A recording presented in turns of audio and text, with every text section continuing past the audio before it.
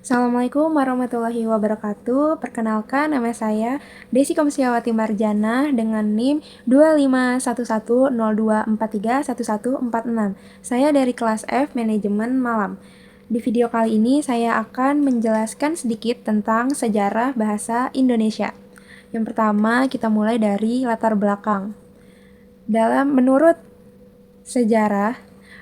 penelitian sejarah, ditemukan pada beberapa abad yang lampau, di daratan Asia terdapat sekelompok bangsa yang menggunakan bahasa yang disebut dengan bahasa Austronesia.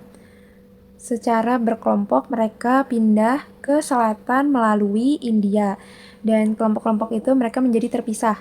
Tiap-tiap kelompok mereka mengalami perkembangan kebudayaan dan kebahasaan, sehingga bahasa sekarang menjadi bervariasi. Yang selanjutnya yaitu bagian B, bahasa Melayu menjadi bahasa Indonesia. Yang pertama, bahasa Melayu itu sangat sederhana dan mudah dipahami serta dipelajari dan dimengerti oleh banyak orang. Yang kedua, bahasa Melayu tidak memiliki tingkatan seperti bahasa Banjar dan juga bahasa Jawa. Contohnya seperti di Kalimantan, khususnya di Samarinda, kami sering menggunakan bahasa Banjar. Kalau kita sedang ngobrol bersama teman sejawat, pasti kita kadang bertanya, mau kemana Wal? Mau kemana Bubu Hanikam? Gitu. Seperti itu. Jadi kayak bahasanya lebih santai, tapi masih ada daerahnya. Yang ketiga, sejak masih pada zaman Sriwijaya, bahasa Melayu sudah digunakan sebagai bahasa perdagangan, pengantar, dan bahasa untuk ilmu pengetahuan. Yang keempat, pada zaman Sriwijaya, bahasa Melayu sudah disebut dengan lingua franca atau bahasa pengantar antar daerah di Indonesia. Yang kelima, pada zaman Belanda, bahasa Melayu sudah dijadikan sebagai bahasa pengajaran. Jadi orang Belanda mengajari orang pribumi, orang Indonesia itu menggunakan bahasa Melayu karena bahasa Melayu itu mudah dipahami, mudah dimengerti oleh masyarakat di sini. Dan yang keenam yaitu perkembangannya sangat cepat. Jadi semua orang sudah ngerti, maka perkembangannya sangat mudah dan sangat cepat sekali. Selanjutnya bagian C, pengertian bahasa. Apa sih bahasa itu? Bahasa adalah suatu komunikasi untuk menyampaikan isi pikiran dan juga perasaan kepada orang lain. Dan bahasa itu memiliki dua unsur. Yang pertama, unsur makna atau isi bahasa, yang artinya itu bagian pikiran dan bagian perasaan. Misalnya perasaan senang, perasaan sedih, perasaan kecewa, perasaan marah, itu bisa kita komunikasikan. Yang kedua itu bagian pikiran. Misalkan kita ingin menyampaikan pendapat, kita ingin menyampaikan kritik ataupun saran, itu termasuk di unsur bahasa bagian makna. Yang kedua yaitu bagian lahir. Bagian lahir itu deretan bunyi yang teratur gitu. Contohnya seperti di lagu.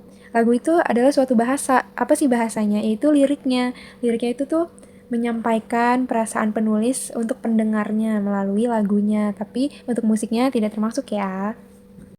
Selanjutnya bagian C, yaitu fungsi bahasa. Apa aja sih fungsi bahasa itu? Fungsi bahasa itu ada 5. Yang pertama sebagai integrasi atau pemersatu. Jadi di Indonesia terdapat banyak sekali suku, budaya, adat, istiadat, dan juga agama, dan mereka dipersatukan melalui bahasa nasional, yaitu bahasa Indonesia. Yang kedua, fungsinya untuk kita beradaptasi. Contohnya seperti saya orang Jawa yang pindah atau menetap atau merantau ke Kalimantan, dan kami menggunakan bahasa Indonesia sebagai bahasa komunikasi. Dikarenakan bahasa Jawa dan bahasa Banjar memiliki perbedaan. Jadi kalau misalkan orang Jawa ngobrol ke orang Banjar pakai bahasa Jawa, pasti orang Banjar tidak mengerti. Seperti itu, makanya digunakan bahasa Indonesia. Yang ketiga sebagai ekspresif. Ekspresif itu menyampaikan dengan maksudnya, isinya, gambaran, maksud dan gagasannya atau idenya gitu. Dia berekspresi atau bisa lebih bisa dibilang berpendapat gitu. Yang keempat yaitu sebagai komunikasi. Sangat jelas sekali bahwasanya berkomunikasi itu memerlukan bahasa yang mudah mengerti. Jadi antara orang yang sedang berbicara, sedang menyampaikan, itu pasti komunikasinya menggunakan bahasa yang sama-sama dimengerti.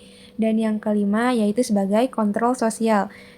Banyak sekali kita temui kontrol sosial, contohnya dalam bentuk gambar atau tulisan, seperti dilarang membuang sampah di sini, atau dilarang merokok di dalam ruangan ini. Nah, itu agar kita sama-sama saling menjaga, menghormati satu dan yang lain.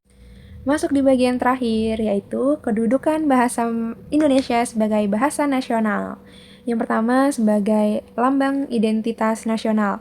Sangat jelas sekali bahwasanya kita bangsa Indonesia, pasti bahasa nasionalnya adalah bahasa Indonesia. Yang kedua, lambang kebanggaan kebangsaan. Jadi kita sebagai warga negara Indonesia harus bangga terhadap bahasa nasional kita, bahasa Indonesia. Jadi gunakanlah bahasa Indonesia yang baik dan benar ya. Dan yang ketiga, bahasa Indonesia sebagai alat komunikasi. Sangat jelas sekali untuk kita berkomunikasi agar lebih sama-sama enak, sama-sama mengerti, gunakanlah bahasa Indonesia. Dan yang keempat, sebagai alat pemersatu bangsa yang memiliki banyak suku, adat, agama. Jadi kita sebagai pemersatunya tuh menggunakan bahasa Indonesia. Seperti semboyan kita, Bhinneka Tunggal Ika, yang artinya walaupun berbeda-beda tetapi tetap satu jua. Jadi tetaplah mencintai bahasa Indonesia karena bahasa Indonesia adalah bahasa nasional negara kita. Sekian dari saya, kurang lebihnya mohon dimaafkan, banyak salahnya mohon dimaafkan. Wabillahi taufiq wal hidayah. Wassalamualaikum warahmatullahi wabarakatuh. Bye-bye.